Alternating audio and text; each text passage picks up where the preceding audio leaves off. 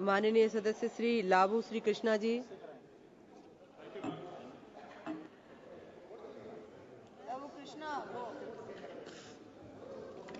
Thank you, ma'am, for allowing me to speak on this bill. I stand in support of Coastal Shipping Bill 2024, ma'am. Ma'am, we have a great history of seafaring, trading, and maritime, ma'am.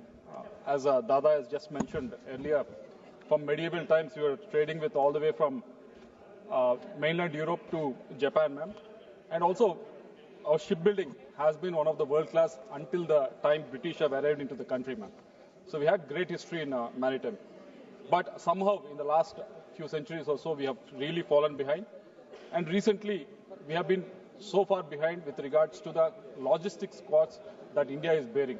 When we look at logistics cost that India does have on par with the GDP, we have almost 13 to 14% of the cost that we have to pay for the logistics, whereas the global average is around 8 to 9%. So this is actually hampering the MSMEs, the manufacturing sector that is there in India. So to bring down this logistics cost, this bill is definitely very much needed, ma'am. And also the second reason that this bill is needed is with regards to the only 6.4% of the transport mix across the country that is happening with the waterways, either inland waterways or outside in the ocean as well. So this is very less when compared to the world average. So this bill is very much necessary to increase this transport mix so that more goods can be transported, ma'am.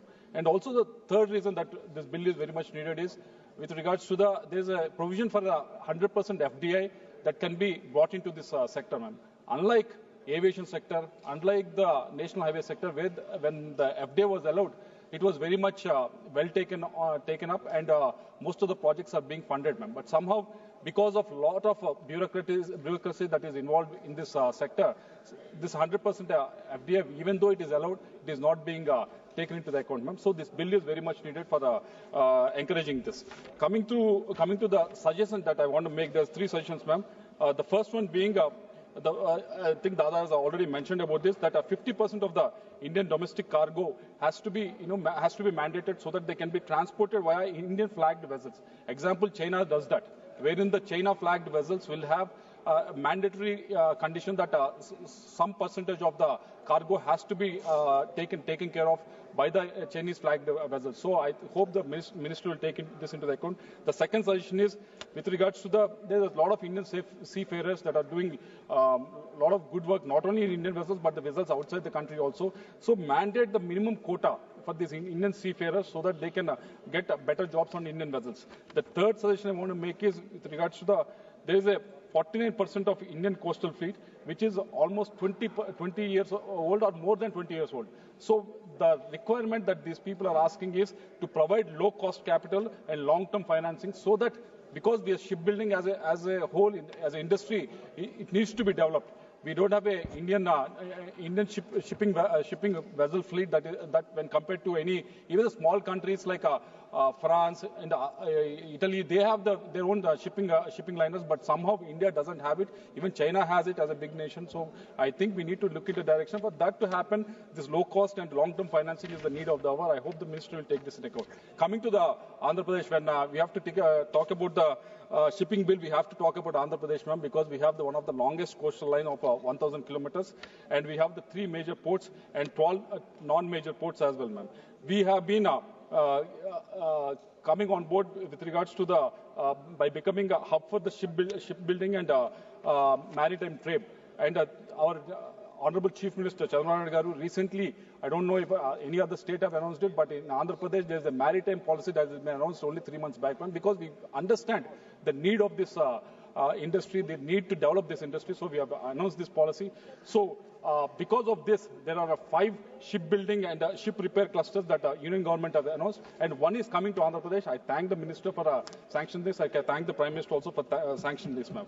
But on top of this, on top of allocating this shipbuilding and ship repair cluster, what I request is there's a Buckingham Canal that goes, that's there from last 100 and 150 years, that goes via my district of Guntur all the way to Chennai, which will reduce the shipping cost and maritime cost. We have a lot of coastal line, a lot of ports on the ports, ma'am. But at the same time, if there is a inland shipping process also with this Buckingham Canal, I think that will actually bring down the logistics costs I've mentioned earlier. So I request the Honourable Minister to look into this.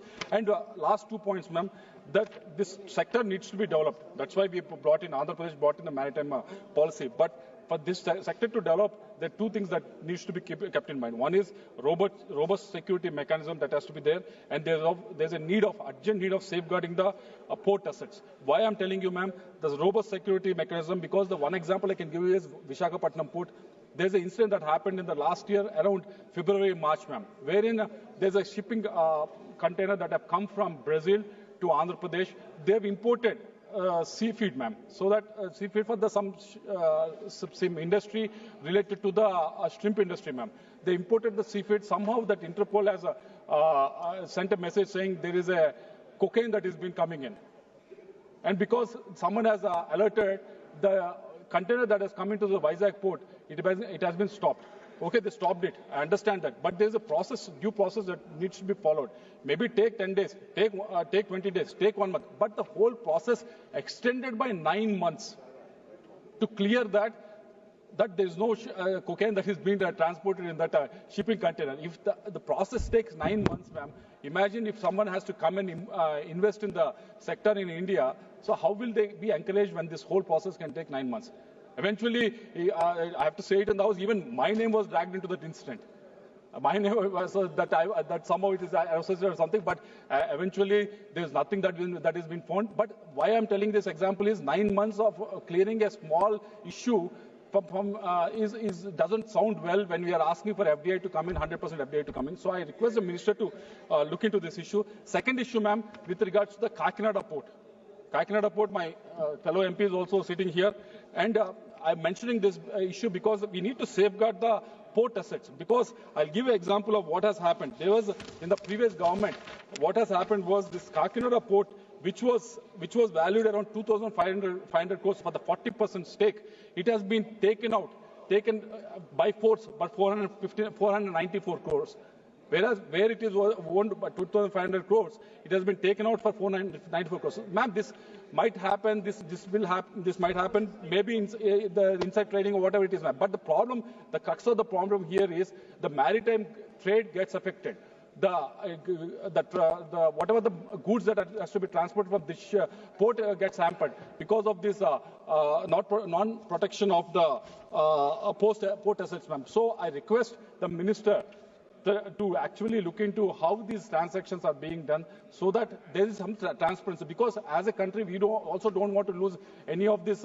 Whenever this transaction happens, there is some income that the government gets, either central government or the state government also gets.